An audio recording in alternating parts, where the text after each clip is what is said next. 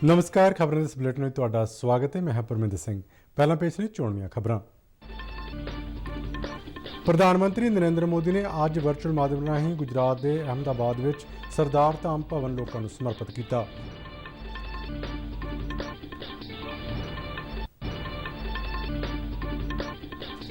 राष्ट्रपति रामनाथ कोविंद ने प्रयागराज विखे उत्तर प्रदेश कौमी कानून यूनिवर्सिटी ते इलाहाबाद हाई कोर्ट की नवी इमारत का नींह पत्थर रखा।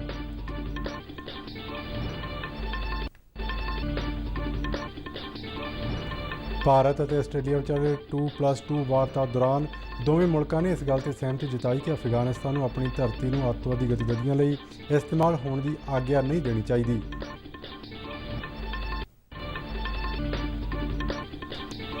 गुजरात के मुख्यमंत्री विजय रूपाणी ने अपने अहुदे तो इस्तीफा दिता।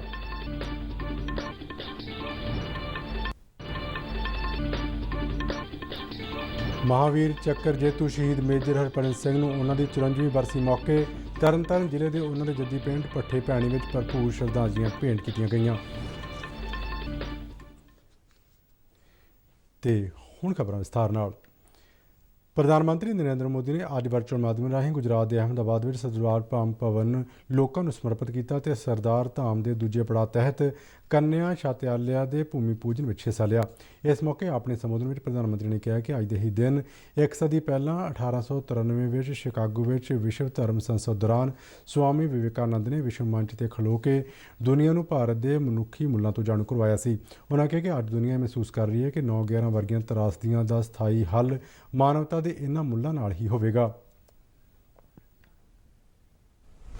11 सितंबर यानी 9/11 है दुनिया के इतिहास की एक ऐसी तारीख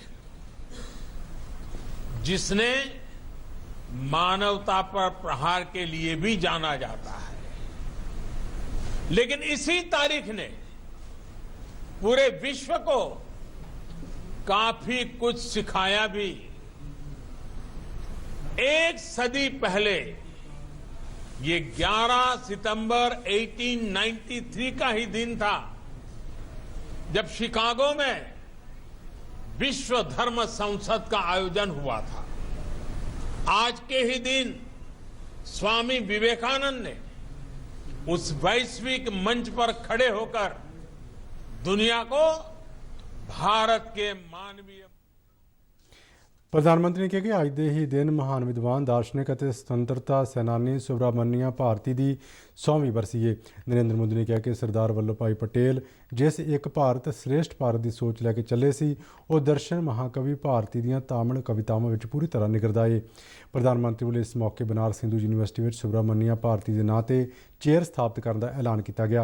उन्होंने दस्सिया कि तामिल स्टडी ते सुब्रमण्यम भारती चेयर बनारस हिंदू यूनिवर्सिटी के फैकल्टी ऑफ आर्ट्स में स्थापित होगी।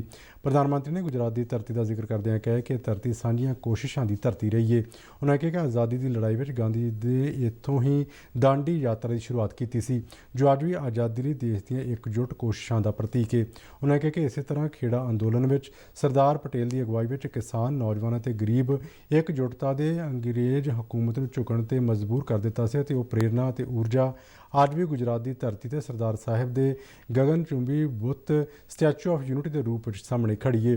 प्रधानमंत्री ने कहा कि उन्होंने सरकार वालों समाज के अजिहे वर्गों को अगे लियाउण दी कोशिशां जारी ने जो पिछे छुट गए सन।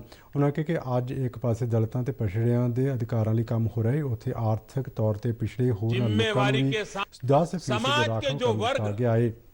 जो लोग पीछे छूट गए हैं उन्हें आगे लाने के लिए सतत प्रयास हो रहा है।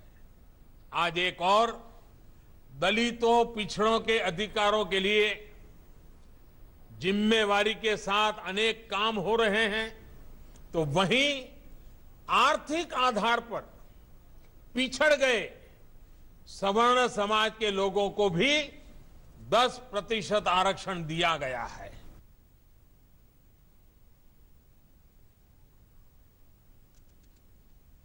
राष्ट्रपति रामनाथ कोविंद ने न्यायपालिका में महिलावां का योगदान बढ़ाने की लोड़ पर जोर दिता। ਅੱਜ ਪ੍ਰਯਾਗਰਾਜ ਵਿਖੇ ਉੱਤਰ ਪ੍ਰਦੇਸ਼ ਕੌਮੀ ਕਾਨੂੰਨ ਯੂਨੀਵਰਸਿਟੀ ਤੇ ਇਲਾਹਾਬਾਦ ਹਾਈ ਕੋਰਟ ਦੀ ਨਵੀਂ ਇਮਾਰਤ ਦਾ ਨੀਂਹ ਪੱਥਰ ਰੱਖਣ ਮੌਕੇ ਸਮਾਗਮ ਨੂੰ ਸੰਬੋਧਨ ਕਰਦੇ ਰਾਸ਼ਟਰਪਤੀ ਨੇ ਕਿਹਾ ਕਿ ਫਿਲਹਾਲ ਨਿਆਂਪਾਲਿਕਾ ਵਿੱਚ ਮਹਿਲਾਵਾਂ ਦੀ ਹਿੱਸੇਦਾਰੀ 12% ਤੱਕ ਹੀ ਸੀਮਤ ਹੈ। ਉਹਨਾਂ ਕਿਹਾ ਕਿ ਹਾਲ ਹੀ ਵਿੱਚ ਸੁਪਰੀਮ ਕੋਰਟ ਅੰਦਰ 3 ਮਹਿਲਾ ਜੱਜਾਂ ਦੀ ਨਿਯੁਕਤੀ ਹੋਣ ਨਾਲ ਭਵਿੱਖ ਵਿੱਚ ਦੇਸ਼ ਨੂੰ ਸੁਪਰੀਮ ਕੋਰਟ ਦੀ ਪਹਿਲੀ ਮਹਿਲਾ ਚੀਫ ਜਸਟਿਸ ਮਿਲਣ ਦਾ ਰਾਹ ਪੱਧਰਾ ਹੋ ਗਿਆ ਹੈ। ਕੋਵਿੰਦ ਨੇ ਕਿਹਾ ਹੈ ਕਿ ਕੇਂਦਰ ਅਤੇ ਰਾਜ ਸਰਕਾਰਾਂ ਦੇਸ਼ ਵਿੱਚ ਵਧੀਆ ਨਿਆਂ ਪ੍ਰਣਾਲੀ ਸਥਾਪਿਤ ਕਰਨ ਲਈ ਮਿਲ ਜੁਲ ਕੇ ਕੰਮ ਕਰ ਰਹੀਆਂ ਨੇ। ਰਾਸ਼ਟਰਪਤੀ ਨੇ ਕਿਹਾ ਕਿ ਲੋਕਾਂ ਨੂੰ ਫੌਰੀ ਨਿਆਂ ਦਿਵਾਉਣ ਵਾਸਤੇ ਲਗਾਤਾਰ ਯਤਨ ਕੀਤੇ ਜਾ ਰਹੇ ਨੇ ਤੇ ਇਸ ਗੱਲ ਨੂੰ ਵੀ ਯਕੀਨੀ ਬਣਾਇਆ ਜਾ ਰਿਹਾ ਹੈ ਕਿ ਲੋਕਾਂ ਨੂੰ ਨਿਆਂ ਹਾਸਲ ਕਰਨ ਵਾਸਤੇ ਜ਼ਿਆਦਾ ਖਰਚਾ ਨਾ ਕਰਨਾ ਪਵੇ। ਉਹਨਾਂ ਨੇ ਕਿਹਾ ਕਿ ਅਦਾਲਤਾਂ ਦੇ ਆਦੇਸ਼ ਸਪਸ਼ਟ ਹੋਣੇ ਚਾਹੀਦੇ ਨੇ ਤਾਂ ਜੋ ਉਹ ਆਮ ਨਾਗਰਿਕ ਵੀ ਸਮਝ ਵਿੱਚ ਆ ਸਕਣ। ਉਹਨਾਂ ਕਿਹਾ ਕਿ ਪ੍ਰਯਾਗਰਾਜ ਹਾਈ ਕੋਰਟ ਜੱਜਾਂ ਤੇ ਆਬਾਦੀ ਦੇ ਹਿਸਾਬ ਨਾਲ ਦੇਸ਼ ਦਾ ਸਭ ਤੋਂ ਵੱਡਾ ਹਾਈ ਕੋਰਟ ਹੈ। ਉਹਨਾਂ ਨੇ ਆਸ ਪ੍ਰਗਟ ਕੀਤੀ ਕਿ ਉੱਤਰ ਪ੍ਰਦੇਸ਼ ਕੌਮੀ ਕਾਨੂੰਨ ਯੂਨੀਵਰਸਿਟੀ ਬਣਨ ਮਗਰੋਂ देश ਨੂੰ बेहतर वकील मिल सकणगे। हम सब लोग जानते हैं कि न्यायपालिका में महिलाओं की भागीदारी का एक नया इतिहास रचा गया है। मैंने उच्चतम न्यायालय में 3 महिला न्यायाधीशों सहित 9 न्यायाधीशों की नियुक्ति को स्वीकृति प्रदान की। आज उच्चतम न्यायालय में नियुक्त कुल 33 न्यायाधीशों में 4 महिला न्यायाधीशों की उपस्थिति न्यायपालिका के इतिहास में आज तक की सर्वाधिक संख्या है। न्याय पाने इस समागम में होरन तो इलावा सुप्रीम कोर्ट के chief justice NV Ramana, Uttar Pradesh की राज्यपाल आनंदीबेन पटेल, मुख्यमंत्री योगी आदित्यनाथ ते केंद्रीय कानून मंत्री किरण रिजिजू ने भी संबोधन किया। नवीं उसारी जाने वाली इमारत में अदालतों के वकीलों लिए तकरीबन 2600 चैंबर होंगे। उत्तर प्रदेश सरकार ने इस प्रोजैक्ट लिए 600 करोड़ रुपए की रकम मंजूर की है। ਭਾਰਤ ਅਤੇ ਆਸਟ੍ਰੇਲੀਆ ਨੇ ਅੱਜ ਨਵੀਂ ਦਿੱਲੀ ਵਿੱਚ 2+2 ਵਾਰਤਾ ਦੌਰਾਨ ਅਫਗਾਨਿਸਤਾਨ ਸਥਿਤੀ ਤੇ ਵਿਸਥਾਰਤ ਵਿਚਾਰ ਵਟਾਂਦਰਾ ਕੀਤਾ ਤੇ ਦੋਵੇਂ ਧਿਰਾਂ ਨੇ ਇਸ ਗੱਲ ਤੇ ਸਹਿਮਤੀ ਜਤਾਈ ਕਿ ਅਫਗਾਨਿਸਤਾਨ ਨੂੰ ਆਪਣੀ ਧਰਤੀ ਨੂੰ ਅੱਤਵਾਦੀ ਗਤੀਵਿਧੀਆਂ ਲਈ ਇਸਤੇਮਾਲ ਹੋਣ ਦੀ ਆਗਿਆ ਨਹੀਂ ਦੇਣੀ ਚਾਹੀਦੀ। ਮੀਟਿੰਗ ਤੋਂ ਬਾਅਦ ਸਾਂਝੀ ਪ੍ਰੈਸ ਕਾਨਫਰੰਸ ਦੌਰਾਨ ਆਸਟ੍ਰੇਲੀਆ ਦੇ ਵਿਦੇਸ਼ ਮੰਤਰੀ ਮਾਰਿਸ ਪਾਈਨੇ ਨੇ ਕਿਹਾ ਕਿ ਅਫਗਾਨਿਸਤਾਨ ਨੂੰ ਮੁੜ ਤੋਂ ਆਪਣੀ ਧਰਤੀ ਨੂੰ ਅੱਤਵਾਦ ਲਈ ਸੁਰੱਖਿਅਤ ਟਿਕਾਣਾ ਨਹੀਂ ਬਣ ਜਾਣਾ ਚਾਹੀਦਾ। ਇਸ ਪ੍ਰੈਸ ਕਾਨਫਰੰਸ ਦੋਵੇਂ ਮੁਲਕਾਂ ਦੇ ਵਿਦੇਸ਼ ਮੰਤਰੀ ਤੇ ਰੱਖਿਆ ਮੰਤਰੀ ਮੌਜੂਦ ਸਨ। एस जयशंकर ने कहा कि भारत और आस्ट्रेलिया के अफगानिस्तान को लैके विचार और पहुँच एक समान ने। दोवें मुल्कों के विदेश मंत्री ने कहा कि अफगानिस्तान में नवीं गठित सरकार में शामिल किए गए व्यक्तियों और उत्थे महिलावां ते घट गिणती नाल कीता जा रहा वतीरा चिंता का विषय है। एस जयशंकर ने कहा कि 2+2 वार्ता दौरान अफगानियों का अपने देश तो बाहर सफ़र और उत्थों के लोगों को मनुखता के आधार पर सहायता मुहैया कराने बारे भी चर्चा की गई। भारत के दौरे पर आए आस्ट्रेलिया के विदेश मंत्री मारिस पाइने ने रखिया मंत्री पीटर डटन ने प्रधानमंत्री नरेंद्र मोदी नाल मुलाकात की। गुजरात के मुख्यमंत्री विजय रूपाणी ने अपने अहुदे तो अस्तीफा दे दिता है। उन्होंने अज सूबे के राज्यपाल आचार्य देवव्रत को अपना अस्तीफा सौंपया। अस्तीफा सौंपण मगरों विजय रूपाणी ने प्रधानमंत्री नरेंद्र मोदी का धन्यवाद किया और कहा कि अगे जो भी जिम्मेवारी उन्होंने मिलेगी वो निभाउणगे। रूपाणी ने कहा कि गुजरात की विकास यात्रा में उन्होंने योगदान का मौका मिलिया जिस लिए वो प्रधानमंत्री नरेंद्र मोदी का धन्यवाद करते हैं। उन्होंने कहा कि गुजरात की विकास यात्रा नवे उत्साह और नवी अगवाई में अगे वधनी चाहिए।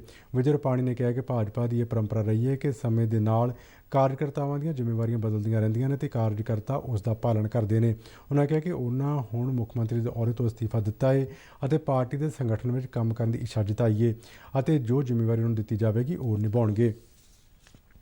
ਭਾਰਤ ਵਿੱਚ ਬੀਤੇ ਦਿਨ 33,376 ਨਵੇਂ ਕੋਰੋਨਾ ਮਾਮਲੇ ਦਰਜ ਹੋਏ ਅਤੇ ਇਸ ਸਮੇਂ ਦੌਰਾਨ 308 ਕੋਰੋਨਾ ਮਰੀਜ਼ਾਂ ਦੀਆਂ ਜਾਨਾਂ ਗਈਆਂ। ਕੇਂਦਰੀ ਸਿਹਤ ਮੰਤਰਾਲੇ ਅਨੁਸਾਰ ਦੇਸ਼ ਵਿੱਚ ਕੋਰੋਨਾ ਦੀ ਪੁਸ਼ਟੀ ਵਾਲੇ ਮਾਮਲਿਆਂ ਦੀ ਕੁੱਲ ਸੰਖਿਆ 3,32,08,330 ਹੋ ਗਈ ਹੈ ਜਦਕਿ ਇਸ ਮਹਾਮਾਰੀ ਕਾਰਨ ਮਰਨ ਵਾਲਿਆਂ ਦੀ ਕੁੱਲ ਸੰਖਿਆ 4,42,000 ਤੋਂ ਪਾਰ ਹੋ ਗਈ ਹੈ। ਇਸ ਸਮੇਂ ਕੋਰੋਨਾ ਦੀ ਰੋਜ਼ਾਨਾ ਪੋਜ਼ਿਟਿਵਿਟੀ ਦਰ 1.18% ਹੈ। ਮੌਜੂਦਾ ਸਮੇਂ ਦੇਸ਼ ਭਰ ਵਿੱਚ ਕੋਰੋਨਾ ਦੇ 3,91,516 ਐਕਟਿਵ ਮਾਮਲੇ ਨੇ ਜੋ ਕੋਰੋਨਾ ਦੀ ਪੁਸ਼ਟੀ ਵਾਲੇ ਮਾਮਲਿਆਂ ਦਾ 1.18% ਬਣਦਾ ਹੈ। ਸਿਹਤ ਮੰਤਰਾਲੇ ਅਨੁਸਾਰ ਬੀਤੇ 24 ਘੰਟਿਆਂ ਦੌਰਾਨ 32,198 ਕੋਰੋਨਾ ਮਰੀਜ਼ ਸਿਹਤਯਾਬ ਹੋਏ। ਹੁਣ ਤੱਕ 3,73,74,497 ਕੋਰੋਨਾ ਮਰੀਜ਼ ਠੀਕ ਹੋ ਚੁੱਕੇ ਨੇ ਅਤੇ ਕੋਰੋਨਾ ਤੋਂ ਠੀਕ ਹੋਣ ਦੀ ਦਰ 97.49% ਹੈ। ਕੋਰੋਨਾ ਤੋਂ ਬਚਾਅ ਤੇ ਦੇਸ਼ ਵਿਆਪੀ ਟੀਕਾਕਰਨ ਮੁਹਿੰਮ ਜਾਰੀ ਹੈ। बीते दिन 65,27,175 कोरोना टीके लगाए गए। हुण तक भारत में कोरोना टीकिਆਂ ਦੀ 73 ਕਰੋੜ 5 ਲੱਖ ਤੋਂ ਵੱਧ ਖੁਰਾਕਾਂ ਦਿੱਤੀਆਂ ਜਾ ਚੁੱਕੀਆਂ ਨੇ।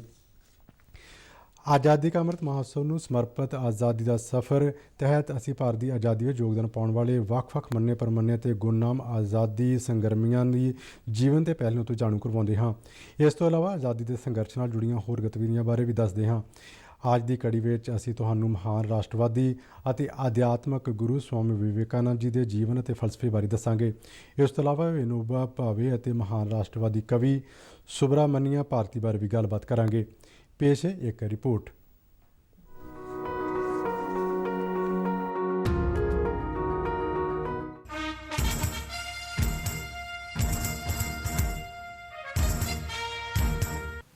ਮਨੁੱਖਤਾ ਦੇ ਇਤਿਹਾਸ ਵਿੱਚ ਅਜਿਹੇ ਕਈ ਦੁਰਲੱਭ ਉਦਾਹਰਣ ਹੋਣਗੇ ਜਿੱਥੇ ਕਿਸੇ ਵਿਅਕਤੀ ਨੇ ਆਪਣੇ ਸ਼ੁਰੂਆਤੀ ਲਫ਼ਜ਼ਾਂ ਵਿੱਚ ਦੁਨੀਆ ਨੂੰ ਇੰਨਾ ਰੋਮਾਂਚਿਤ ਕੀਤਾ ਹੋਵੇ, ਜਿਨ੍ਹਾਂ ਸ਼ਿਕਾਗੋ ਵਿਸ਼ਵ ਧਰਮ ਸੰਸਦ ਵਿੱਚ 11 ਸਤੰਬਰ 1893 ਨੂੰ ਸਵਾਮੀ ਵਿਵੇਕਾਨੰਦ ਦੇ ਇਨਕਲਾਬੀ ਭਾਸ਼ਣ ਨੇ ਕੀਤਾ ਸੀ।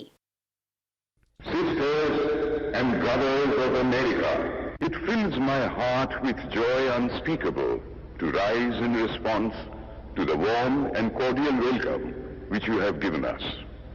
I am proud to belong to a religion which has taught the world both tolerance and universal acceptance. We believe not only in universal toleration, but we accept all religions as true. I am proud to belong to a nation which has sheltered the persecuted and the refugees of all religions and all nations of the earth. Sisters and brothers of America ਦੇ ਸ਼ਬਦਾਂ ਨਾਲ ਸ਼ੁਰੂ ਹੋਈ ਉਸ ਭਾਸ਼ਣ ਨੇ ਨਾ ਸਿਰਫ ਅਲੱਗ ਰਾਸ਼ਟਰ ਅਤੇ ਧਰਮ ਦੇ ਵਿਅਕਤੀ ਦੇ ਰੂਪ ਵਿੱਚ ਸਵਾਮੀ ਜੀ ਦੀ ਪ੍ਰਤਿਸ਼ਠਾ ਵਿਚਾਲੇ ਫਰਕ ਨੂੰ ਦੂਰ ਕਰ ਦਿੱਤਾ, ਬਲਕਿ ਸਰੋਤਿਆਂ ਨੂੰ ਇਹ ਵੀ ਮਹਿਸੂਸ ਕਰਾਇਆ ਕਿ ਉਹ ਅਜਿਹੇ ਵਿਅਕਤੀ ਨੂੰ ਸੁਣ ਰਹੇ ਨੇ ਜੋ ਸੱਚਮੁੱਚ ਉਹਨਾਂ ਨੂੰ ਸਰਵ ਵਿਆਪੀ ਭਾਈਚਾਰੇ ਦਾ ਰਸਤਾ ਦਿਖਾ ਸਕਦਾ ਹੈ। 11 ਤੋਂ 27 ਸਤੰਬਰ 1893 ਵਿਚਾਲੇ ਸਵਾਮੀ ਵਿਵੇਕਾਨੰਦ ਨੇ ਸ਼ਿਕਾਗੋ ਵਿੱਚ 6 ਭਾਸ਼ਣ ਦਿੱਤੇ। ਉਹਨਾਂ ਕਿਹਾ ਸੀ, ਮੈਨੂੰ ਅਜਿਹੇ ਧਰਮ ਨਾਲ ਜੁੜੇ ਹੋਣ ਦਾ ਮਾਣ ਹੈ ਜਿਸ ਨੇ ਵਿਸ਼ਵ ਨੂੰ ਸਹਿਨਸ਼ੀਲਤਾ ਅਤੇ ਮੰਨਣਾ ਸਿਖਾਇਆ। ਅਸੀਂ ਨਾ ਸਿਰਫ ਸਰਵਵਿਆਪੀ ਸਹਿਨਸ਼ੀਲਤਾ ਵਿੱਚ ਯਕੀਨ ਕਰਦੇ ਹਾਂ, ਬਲਕਿ ਅਸੀਂ ਇਹ ਵੀ ਮੰਨਦੇ ਹਾਂ ਕਿ ਸਾਰੇ ਧਰਮ ਸੱਚ ਨੇ। ਮੈਨੂੰ ਅਜਿਹੇ ਰਾਸ਼ਟਰ ਦਾ ਨਾਗਰਿਕ ਹੋਣ 'ਤੇ ਮਾਣ ਹੈ ਜਿਸ ਨੇ ਧਰਤੀ ਦੇ ਸਾਰੇ ਧਰਮਾਂ ਅਤੇ ਸਾਰੇ ਰਾਸ਼ਟਰਾਂ ਦੇ ਸਤਾਏ ਹੋਏ ਲੋਕਾਂ ਅਤੇ ਸ਼ਰਨਾਰਥੀਆਂ ਨੂੰ ਪਨਾਹ ਦਿੱਤੀ ਹੈ। ਦੁਨੀਆ ਭਰ ਦੇ ਨੇਤਾ ਸਵਾਮੀ ਜੀ ਦੇ ਪਿਆਰ, ਬੰਧੁਤਾ, ਸਹਿਨਸ਼ੀਲਤਾ ਅਤੇ ਸਵੀਕਾਰ ਕਰਨ ਵਰਗੀਆਂ ਜ਼ਿੰਦਗੀ ਦੀਆਂ ਕਦਰਾਂ ਕੀਮਤਾਂ ਦਾ ਜ਼ਿਕਰ ਕਰਦੇ ਆ ਰਹੇ ਨੇ। ਜਦੋਂ ਸਵਾਮੀ ਜੀ ਭਾਰਤ ਵਾਪਸ ਆਏ ਤਾਂ ਤਾਮਿਲਨਾਡੂ ਵਿੱਚ ਰਾਮਨਾਥਪੁਰਮ ਦੇ ਰਾਜਾ ਨੇ ਉਹਨਾਂ ਦਾ ਸ਼ਾਨਦਾਰ ਸਵਾਗਤ ਕੀਤਾ। ਉਹਨਾਂ ਨੇ ਹੀ ਸਵਾਮੀ ਜੀ ਦੀ ਸ਼ਿਕਾਗੋ ਯਾਤਰਾ ਸਪਾਂਸਰ ਕੀਤੀ ਸੀ।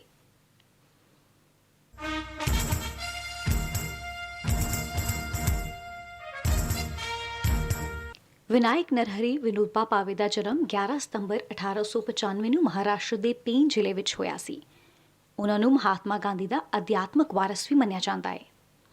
1940 ਵਿੱਚ ਵਿਨੋਬਾ ਨੂੰ ਗਾਂਧੀ ਦੀ ਅੰਗਰੇਜ਼ ਹਕੂਮਤ ਦੇ ਵਿਰੁੱਧ ਪਹਿਲੇ ਨਿੱਜੀ ਸੱਤਿਆਗ੍ਰਹਿ ਦੇ ਰੂਪ ਵਿੱਚ ਚੁਣਿਆ। ਵਿਨੋਬਾ ਨੇ ਭਾਰਤ ਛੱਡੋ ਅੰਦੋਲਨ ਵਿੱਚ ਵੀ ਹਿੱਸਾ ਲਿਆ ਸੀ। ਸੁਤੰਤਰਤਾ ਤੋਂ ਬਾਅਦ ਵਿਨੋਬਾ ਭਾਵੇ ਨੇ ਸਰਵੋਦਯ ਅੰਦੋਲਨ ਸ਼ੁਰੂ ਕੀਤਾ। ਉਹਨਾਂ ਨੇ 18 ਅਪ੍ਰੈਲ 1951 ਨੂੰ ਪੋਚਮਪੱਲੀ ਵਿੱਚ ਭੂਦਾਨ ਅੰਦੋਲਨ ਵੀ ਸ਼ੁਰੂ ਕੀਤਾ। ਉਹਨਾਂ ਨੇ ਸਮੁੱਚੇ ਭਾਰਤ ਦਾ ਦੌਰਾ ਕੀਤਾ ਅਤੇ ਲੋਕਾਂ ਨੂੰ ਜ਼ਮੀਨ ਦਾਨ ਕਰਨ ਦੀ ਅਪੀਲ ਕੀਤੀ ਤਾਂ ਜੋ ਉਸ ਨੂੰ ਬੇਜ਼ਮੀਨੇ ਗਰੀਬਾਂ ਵਿੱਚ ਵੰਡਿਆ ਜਾ ਸਕੇ। ਉਹਨਾਂ ਨੇ ਗਊ ਹੱਤਿਆ ਦੇ ਵਿਰੋਧ ਵਿੱਚ ਵੀ ਅੰਦੋਲਨ ਚਲਾਇਆ। ਵਿਨੋਬਾ ਭਾਵੇ ਵਿਦਵਾਨ, ਵਿਚਾਰਕ ਅਤੇ ਲੇਖਕ ਵੀ ਸਨ। ਉਹਨਾਂ ਨੇ ਕਈ ਕਿਤਾਬਾਂ ਲਿਖੀਆਂ। ਉਹ ਮਰਾਠੀ, ਕੰਨੜ, ਗੁਜਰਾਤੀ, ਹਿੰਦੀ, ਉਰਦੂ, ਅੰਗਰੇਜ਼ੀ ਅਤੇ ਸੰਸਕ੍ਰਿਤ ਜਿਹੀਆਂ ਕਈ ਭਾਸ਼ਾਵਾਂ ਵਿੱਚ ਮਾਹਿਰ ਸਨ। ਹਾਲਾਂਕਿ ਉਹ ਸ਼੍ਰੀਮਦ ਭਾਗਵਤ ਗੀਤਾ ਤੋਂ ਬਹੁਤ ਜ਼ਿਆਦਾ ਪ੍ਰਭਾਵਿਤ ਸਨ, ਪਰ ਉਹਨਾਂ ਨੇ ਕੁਰਾਨ ਅਤੇ ਬਾਈਬਲ ਤੋਂ ਵੀ ਪ੍ਰੇਰਨਾ ਲਈ ਸੀ। 15 ਨਵੰਬਰ 1982 ਨੂੰ ਵਿਨੋਬਾ ਭਾਵੇ ਦਾ ਦੇਹਾਂਤ ਹੋਇਆ ਸੀ।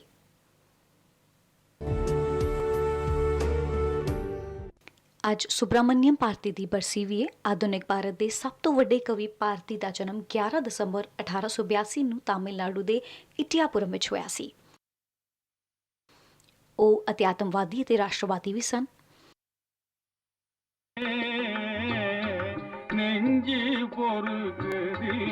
ਭਜਨਾਂ ਤੋਂ ਲੈ ਕੇ ਰਾਸ਼ਟਰਵਾਦੀ ਲਿਖਤਾਂ ਤੱਕ ਭਗਵਾਨ ਅਤੇ ਮਨੁੱਖ ਵਿਚਾਲੇ ਸੰਬੰਧ ਉੱਪਰ ਵਿਚਾਰ ਚਰਚਾ ਤੋਂ ਲੈ ਕੇ ਰੂਸੀ ਅਤੇ ਫਰਾਂਸੀਸੀ ਕ੍ਰਾਂਤੀ ਦੇ ਗੀਤਾਂ ਤੱਕ ਭਾਰਤੀ ਨੇ ਵੱਖ-ਵੱਖ ਵਿਸ਼ਿਆਂ ਤੇ ਆਪਣੀ ਕਲਮ ਚਲਾਈ।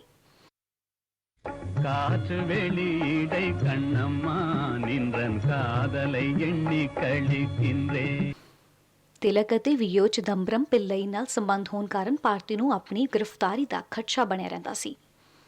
ਇਸ ਲਈ ਉਹ ਪਾਂਡੇਚੇਰੀ ਚਲੇ ਗਏ ਜਿੱਥੇ ਫਰਾਂਸ ਦੀ ਹਕੂਮਤ ਸੀ। ਉੱਥੋਂ ਹੀ ਉਹ ਸੁਤੰਤਰਤਾ ਦੀ ਜੋਤ ਨੂੰ ਜਗਾਉਣ ਲਈ ਤਾਮਿਲ ਭਾਸ਼ਾ ਵਿੱਚ ਜੋਸ਼ੀਲੇ ਲੇਖ ਲਿਖਦੇ ਰਹੇ।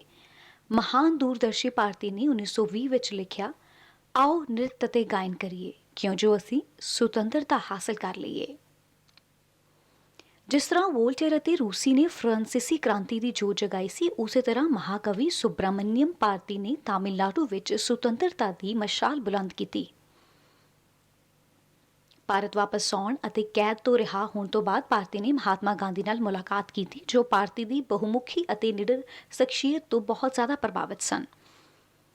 ਉਹਨਾਂ ਨੇ ਲੋਕਾਂ ਨੂੰ ਭਾਰਤੀ ਦੀ ਸਿਹਤ ਦਾ ਖਿਆਲ ਰੱਖਣ ਲਈ ਕਿਹਾ। ਭਾਰਤੀ ਦੀ ਸਿਹਤ ਵਿਗੜਦੀ ਗਈ ਅਤੇ 11 ਸਤੰਬਰ 1921 ਨੂੰ ਉਹਨਾਂ ਦਾ ਦੇਹਾਂਤ ਹੋ ਗਿਆ। ਜਿਹੜੀ ਕੋਇਲ ਦਰਖਤ ਤੇ ਇਕੱਲੀ ਬਹਿ ਕੇ ਮਿੱਠਾ ਗਾਣਾ ਗਾਉਂਦੀ ਏ, ਉਹ ਖੁਦ ਤਾਂ ਖਤਮ ਹੋ ਜਾਂਦੀ ਏ, ਲੇਕਿਨ ਉਸਦੇ ਗੀਤ ਹਮੇਸ਼ਾ ਗੂੰਜਦੇ ਰਹਿੰਦੇ ਨੇ। ਅੱਜ ਭਾਰਤ ਦੀ ਇੱਕ ਹੋਰ ਮਹਾਨ ਸ਼ਖਸੀਅਤ ਪਰਮੇਸ਼ਵਰਨ ਸੁਬਰਾਇਨ ਦੀ ਜਯੰਤੀ ਏ। ਉਹਨਾਂ ਦਾ ਜਨਮ 11 ਸਤੰਬਰ 1899 ਨੂੰ ਤਾਮਿਲਨਾਡੂ ਦੇ ਸੇਲਮ ਵਿੱਚ ਹੋਇਆ ਸੀ। ਉਹ ਸੁਤੰਤਰਤਾ ਸੈਨਾਨੀ ਅਤੇ ਸਿਆਸਤਦਾਨ ਸਨ।